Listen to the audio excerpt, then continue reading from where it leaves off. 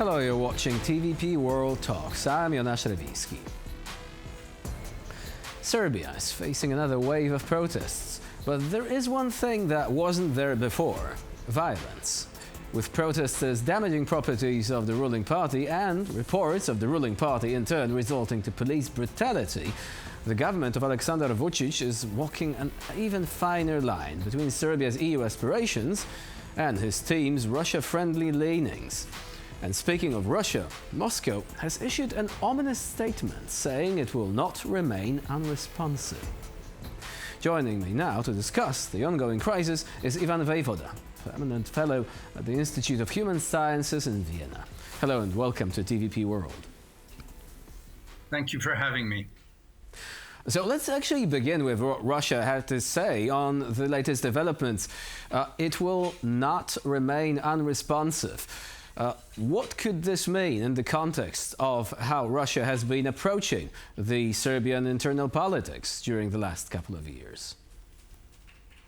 Well, it's very hard to decipher this cryptic message. Russia has now publicly also condemned Serbia for its support to Ukraine. In fact, already in May, the Foreign Intelligence Service of Russia accused Serbia of supplying weapons to Ukraine via third countries. These condemnations were repeated, and just, I think, a few days ago, the Russian ambassador in Belgrade on public TV here was interviewed and said that he hoped, quote, that this issue had been resolved. Russia clearly has other much bigger problems with its full-scale invasion of the sovereign European country of Ukraine. And because Serbia is the only country in Europe that has not put sanctions on Russia, of course, along with Belarus, you see the level at which Russian foreign policy is operating, that it sees Serbia as a kind of ray of hope for their foreign policy, that it has someone who has not put on sanctions. So they're also, in a sense, treading a fine line. I sincerely and personally don't think that Russia will do anything in particular regarding the quote that you mentioned. So even though Russia obviously is quite terrified of the idea of losing another ally, it has already lost a few during the last couple of years.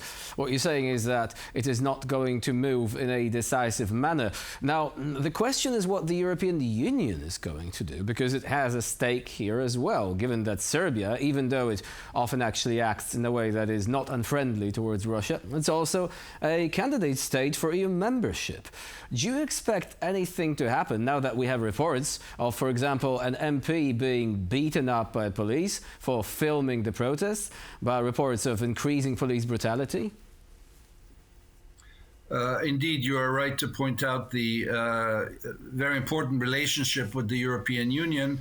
Serbia, as you said, is a candidate to join the European Union and has been a candidate for more than 10 years.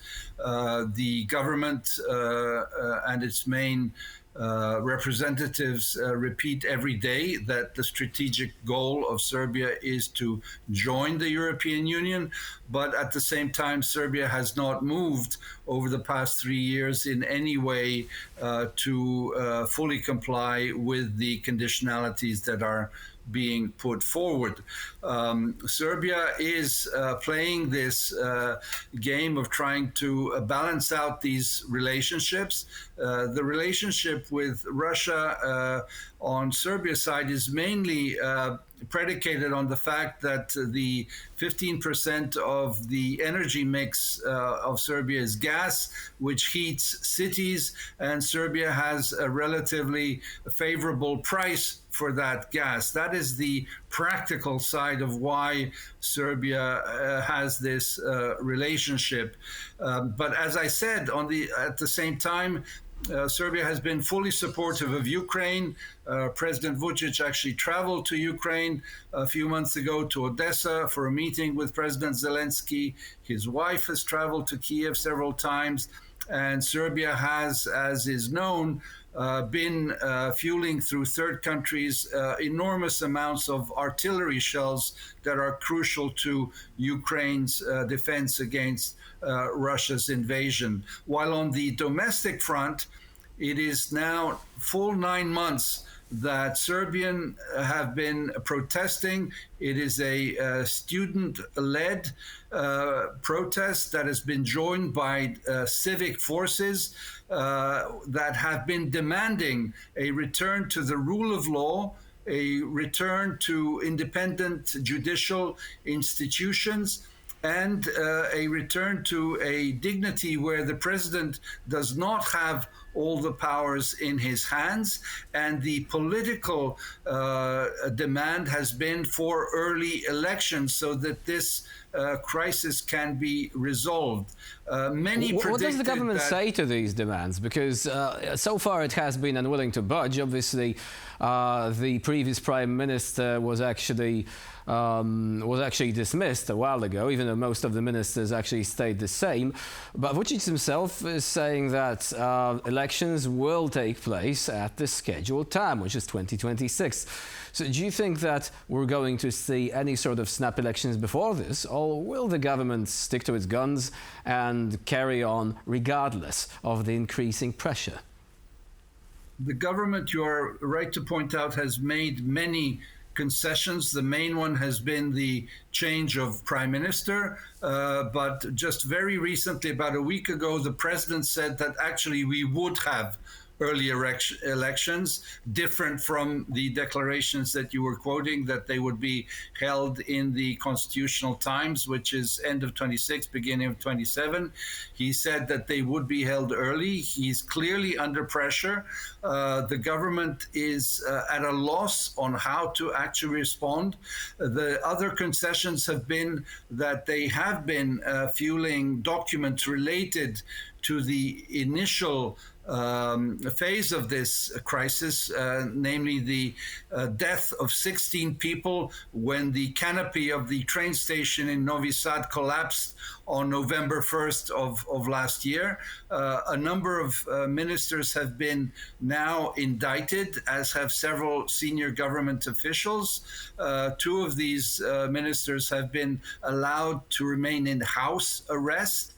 And the fact that violence is now being used, I think, shows the level of desperation of the government.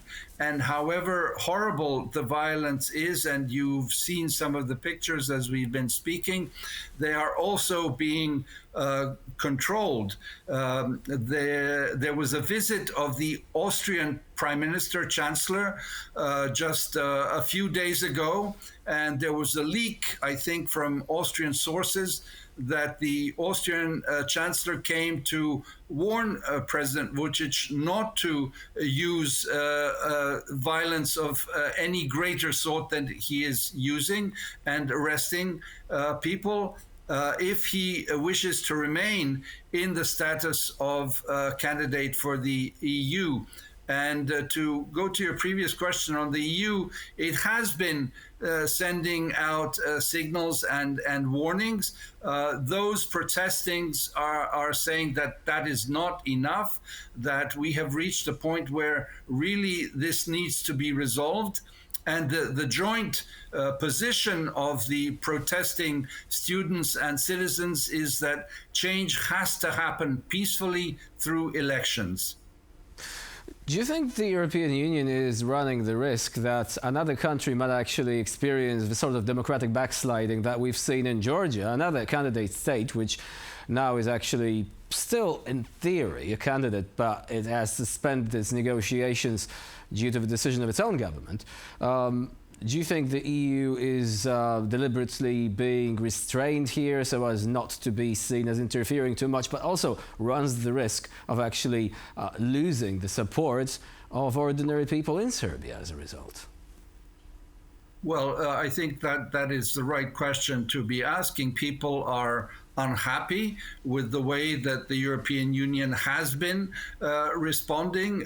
There was a long silence during the first 3 months of these protests, until even more, 4, I would say, until March, when the European Union spoke much more clearly and explicitly said that the demands of the students are the demands of the European Union, namely a return to the rule of law, of liberating the captured state, and a return to a separation of powers. But the fact that the Vučić policy towards the West, where of support to Ukraine, which we know is fundamental in its defense against Russia, or the fact that close relations with France, Serbia is buying French fighter jets,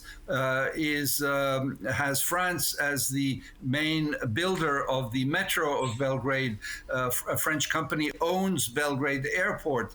And then the lithium issue, the promise that Serbia would deliver with opening a mine, which, as we know, with the critical raw materials, is a fundamental for European car industry and others. Ivan Vejvoda was our guest today here on TVP World. Thank you very much for joining us and for sharing your expertise. Thank you again for inviting me. And I'm Jonasz Rewiński. You're watching TVP World. Please stay with us for more latest news and updates.